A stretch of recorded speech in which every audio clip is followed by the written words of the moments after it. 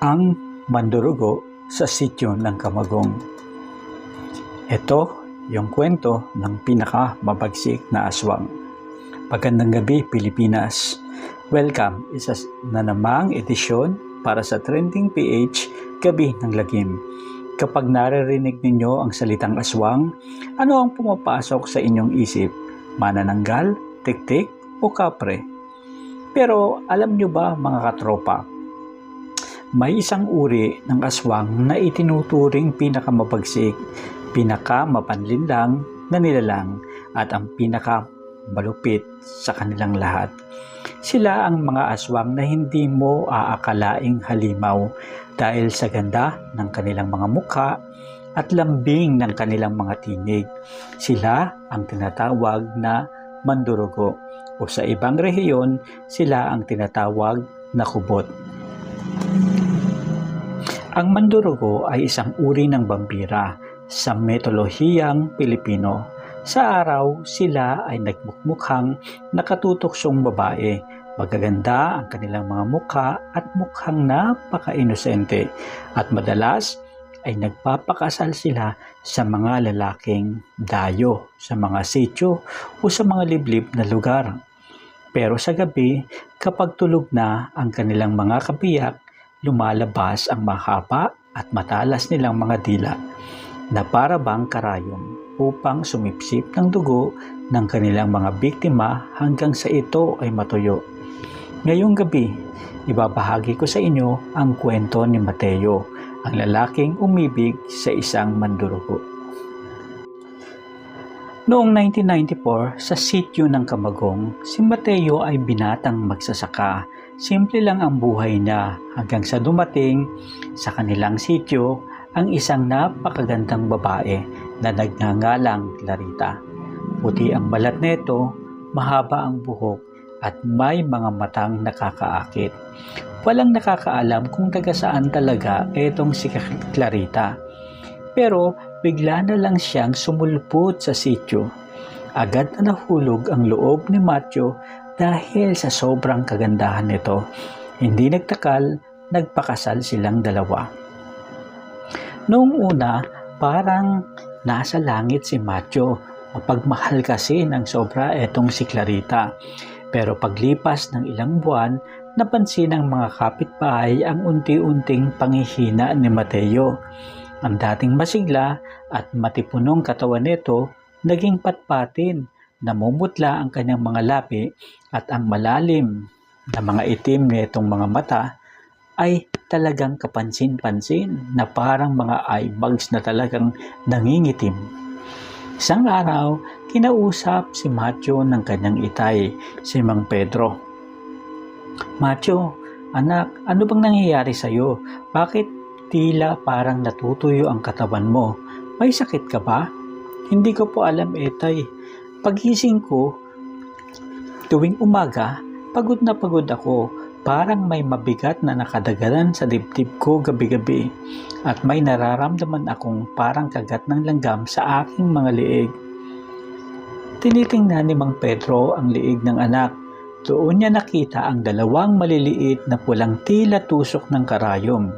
Kinabahan ng matanda, alam niya ang kwento ng mga matatanda at sa sityo Camagong tungkol sa kubot o mandurugo. Pinayuhan ni Mang Pedro si Mateo. Huwag muna itong matulog na mahimbing mamayang gabi. Magkunwari lang daw itong tulog at maglagay ng matalas na itak sa ilalim ng kanilang unan. Sumapit ang gabi, 12:00 ng madaling araw. Nakahiga si Mateo sa kanilang papag. Sa tabi niya natutulog si Clarita. Napakadilim ng gabi, walang buwan at tanging huni ng hangin ang naririnig. Nagkunwaring humihilik si Mateo pero gising ang kanyang diwa. Dahan-dahang nararamdaman ni Mateo na gumalaw si Clarita. Umupo ito sa ibabaw ng kanyang dibdib. Pilit na hindi gumagalaw si Mateo pero dahan-dahan niyang idinilat ang kanyang mga mata ng bahagya. At nakita niya ang nagpatingkad sa kanyang takot. Si Clarita, ang maganda niyang asawa, ay nakatitig sa kanya. Pero hindi na ito ang mukha ng babaeng minahal niya.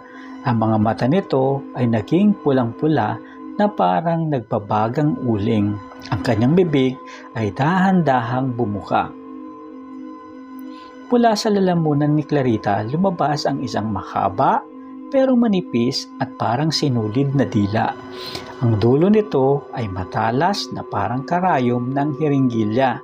Gumagapang ang dila na parang ahas papunta sa liig ni Macho. Gusto niya sanang sumigaw.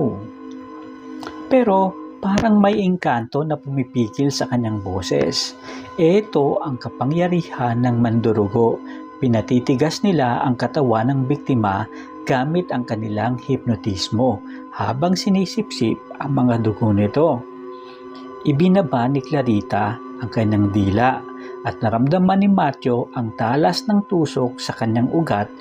Nagsimula ng sumipsip ang halimaw. Gamit ang huling lakas ng kanyang katawan, nilabanan ni Macho ang hipnotismo. Inisip niya ang kanyang buhay. Sa isang mabilis na galaw, hinugot niya ang itak sa ilalim ng unan at hinampas ito kay Clarita. Nagawa nitong iwasan ang itak pero natamaan ng talim ang mahaba nitong dila. Naputol ang dila ng mandurugo. Umagos ang maitim at mabahong dugo sa papag. Tumalon si Clarita sa kesame ng bubong. Ang kanyang mahabang buhok ay nagmistulang galamay. Kumalaw at kumalaw. Ang katangian ng kubot na ginagamit ang buhok para sakalin ang biktima. Mateo, bakit mo ako sinaktan? Akin ang dugo mo, akin ang buhay mo.